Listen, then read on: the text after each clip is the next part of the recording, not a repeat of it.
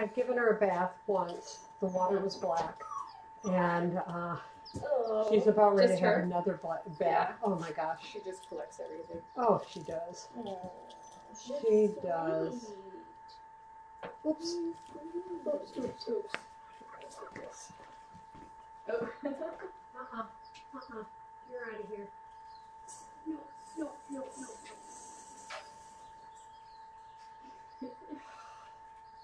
Everything. Yeah, well, I usually don't.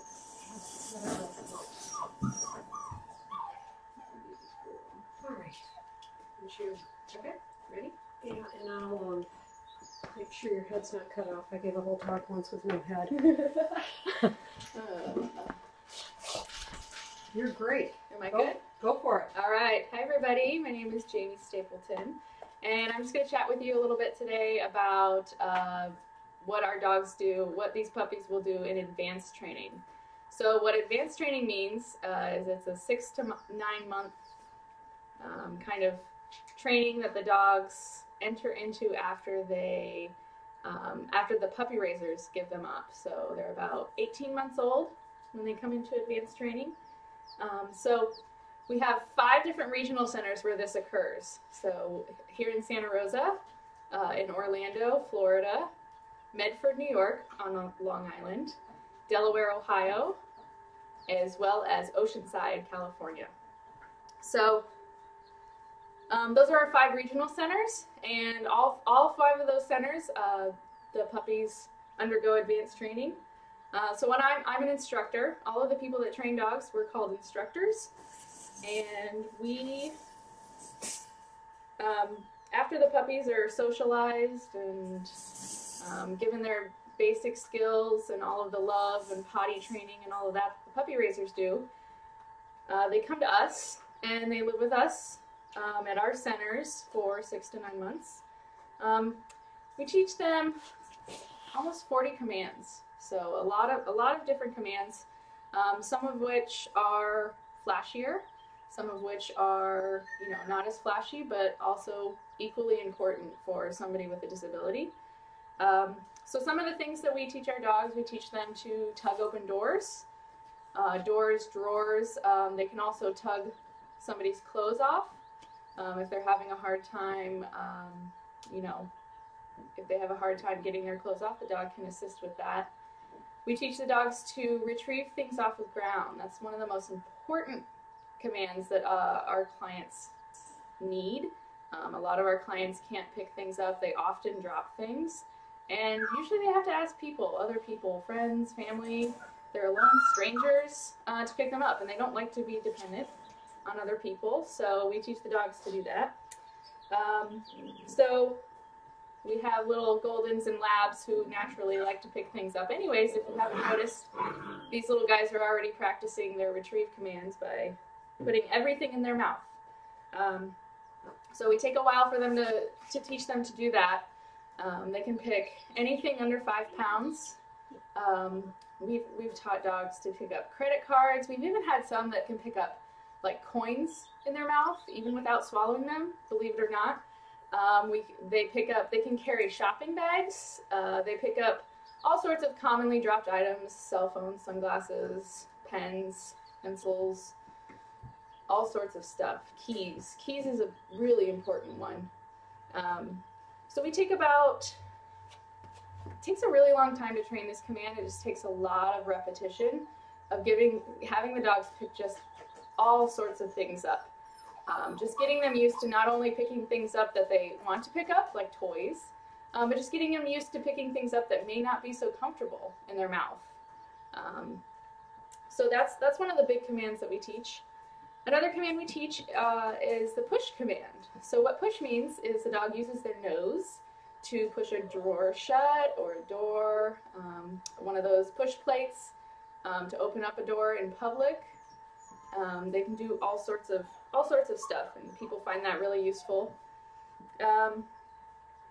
One of the commands that some of the dogs learn is the pull command.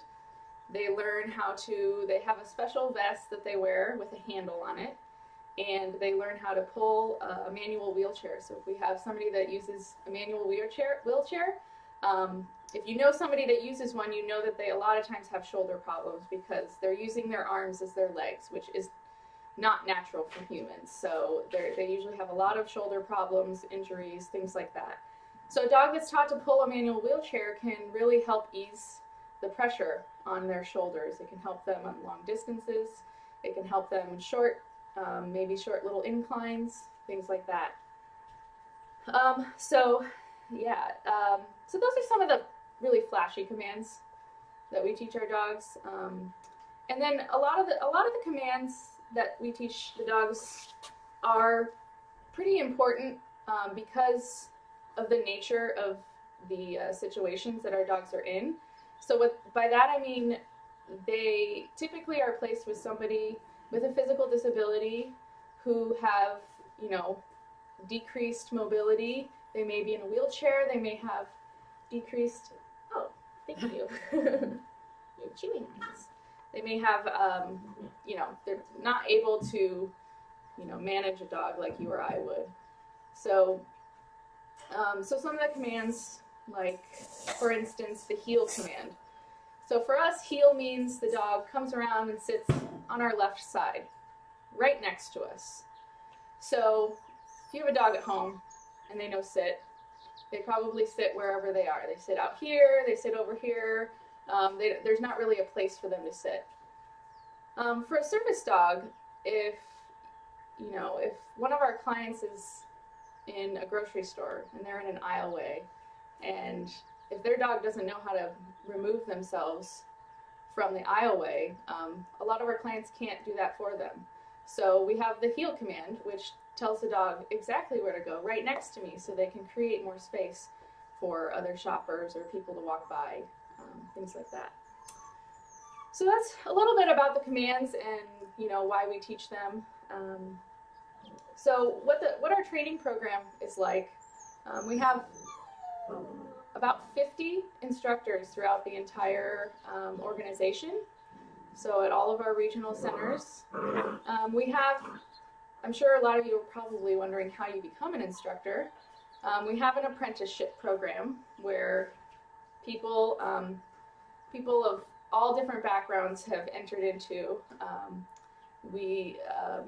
Most of our instructors have college degrees in all sorts of things, ranging from biology to art and English and history. But what Canine Companions offers is an apprenticeship, so they train their trainers. So the instructors, they start out as instructor assistants, so they learn about how to generally care for the health of dogs, just learn about the organization as well, its structure, how things work, and then they become apprentice instructors, and they go to one of our 5 regional centers, and we have other trainers, other instructors that teach everybody how to train all the commands. We train them all the same way, and that's about a 3-year apprenticeship. And then eventually, after the end of 3 years, it involves a practical exam, and you can just put it down. Okay, I kind of like holding her. Okay, and after the practical exam, then you get licensed by the Assistance Dogs International Organization, which is an umbrella organization that manages many different service dog organizations. So that's kind of, in a nutshell, the path to becoming an instructor. Let's see. A typical... Will you explain what kind of personality we're looking for in a dog? Yeah, absolutely. So we're looking for a lot of different personality characteristics in our dogs, but really one of the main things we're looking in our dogs is calm, steady, solid temperament. So we're looking for the dogs to be confident in all different types of situations. So our dogs are brought to the movie theater, they're brought to concerts, busy stores, all sorts of places. So we want to make sure we have a confident dog that is comfortable around all different types of people, young, old, all different types of things. So we're also looking for a really motivated dog, a dog that really likes to work. So, you know, here, you want to go play? Go. No, you just want to sit? Okay. So we're really looking for a dog that, you know, has a lot of drive to work, so a drive to please. Our dogs ultimately end up working for our praise and our love, so they really need to be in tune to people, really look to people for their direction, and that's where the puppy raisers come in. They kind of instill that when they're really young. Even now, I'm sure you've noticed there's all sorts of people here all the time. It's really important for them to be interacting with people on a regular basis and see all sorts of people. Let's see, what else?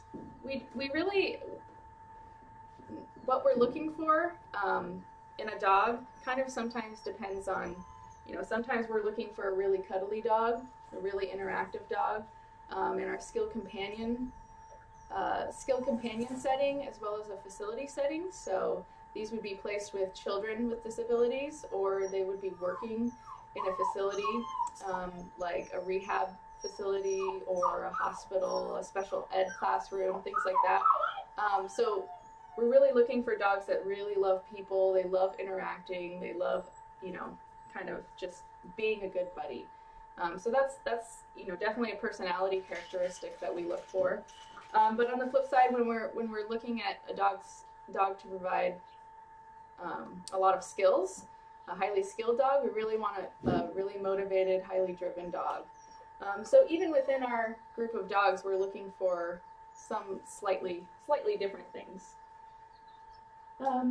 Jamie, why don't you talk about, after you've given the dog the 6 months or to 9 months of instruction, then what is the next stage for that dog? Okay.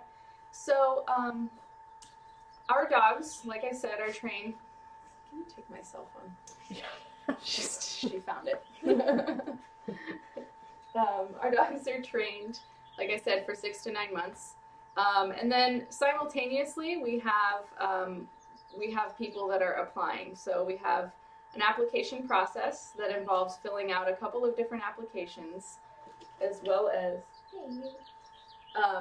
doing an in-person interview and a telephone interview. We have a lot of demand for our dogs, and so we have this application process to ensure that you know, that we are serving the the right people. So after we call them our applicants, they get through the application process, they get placed on our waiting list. And so they wait from anywhere from 1 year to 2 years to receive their dog. And once they've been waiting 1 year or 2 years, they're waiting for a call from us. And we call them up about 2 months prior to their training. We call them up and invite them to team training. So what team training is it's a 2-week course where our clients that are coming in to receive the dogs come in, they live on our campus for 2 weeks. We have dormitories on our campus, on the campuses throughout the country, and they spend all day for 2 weeks, every day, learning about dogs. So we start by teaching them what's a dog, what are the characteristics about a dog, you know, how are dogs different from us? Because a lot of our clients, because of their limitations, have never owned dogs before. They may love dogs, but they may not be able to you know, have just a regular pet dog in their life. So we really start from the basics. We tell them about dogs. We talk about how dogs communicate with each other. We talk about how to handle the dogs. So when our dogs enter team training, they're fully trained. We've evaluated them. We've decided that they are suited to become assistance dogs. And so now when we're in team training, we are basically teaching the students how to properly handle the dogs. And so we teach the students all the skills that the dogs know. We teach them how to use them. And then each person is given tools to personalize the dog to their own situation. So we teach them about learning theory, we teach them about how dogs learn and how to advance their commands. So for instance, we have a client who needed to teach his dog to go get the phone for him. So we don't teach the dogs go get the phone, but we do teach them to pick things up and bring them to us. So what we do is the dogs have this baseline of information that they know, these baseline skills, and then our clients take them home after 2 weeks and they personalize them to their own specific situation. So this man needed the dog to pick up the phone, so he took a couple weeks. He trained the dog to go get his phone. So not only are we giving the people fully trained dogs, but we're giving them tools to personalize the dogs to their own specific needs. And then beyond that, we offer them support beyond team training. So after their 2 weeks of team training, they go home, they get settled. That is not the last time we are in contact with them by any means. At 2 weeks, we give them a call, we talk to them, see how things are going, how they've settled in, and then every year after that, we see them in person. So we have a very extensive follow-up program, and it is one of the main parts of our mission is to keep in contact with our clients. We really want to ensure that the partnerships are long and they're successful, and so we provide follow-up for any issues that people might be having, any medical problems. We offer advice, all sorts of things. So that's one of the things that people really like about our organization is the follow-up, because we don't just give you a dog and say good luck. You know, we provide the dogs and we make sure that we are there to support them throughout the life of the dogs. How are we doing on time, Chris? I think you're great. Okay. Good. Anything else you want me to cover? I think we've covered it. Yeah. All right. Well, thank you so much for listening to me today, and enjoy watching the little fluffy puppies. And thank you to Eukanuba. Yes, thank you. Oh.